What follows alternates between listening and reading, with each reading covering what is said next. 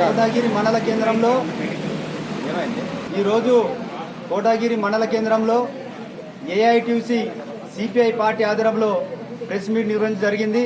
దీని ముఖ్య ఉద్దేశం దేశవ్యాప్తంగా ఈ నెల 9న దేశవ్యాప్తంగా సమ్మె నిర్వహిస్తున్నారు.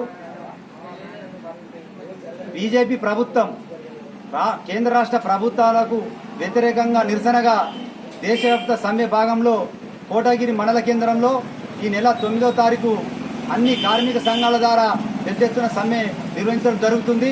ఈ సమ్మెలో మధ్యాహ్న భోజనము, ఆశా వర్కర్లు, అంగన్వాడీ, బిల్డింగ్ వర్కర్స్ యూనియన్ అన్ని సంఘాలు హాజరై పెద్ద ఎత్తున ఈ సమ్మెను జయప్రదం చేయాలని చెప్పేసి ఈరోజు ఏఐటీయూసీగా పిలుపునిస్తున్నాం.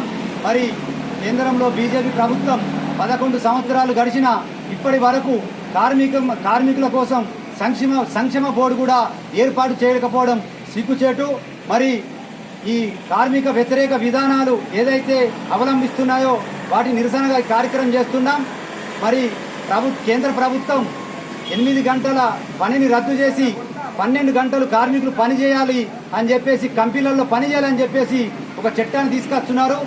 దాంతోపాటు 4 లేబర్ కోడ్ల చట్టాలను తీసుకొచ్చి కార్మికులను తుంగలదొక్కుతున్న ప్రభుత్వం బీజేపీ ప్రభుత్వం.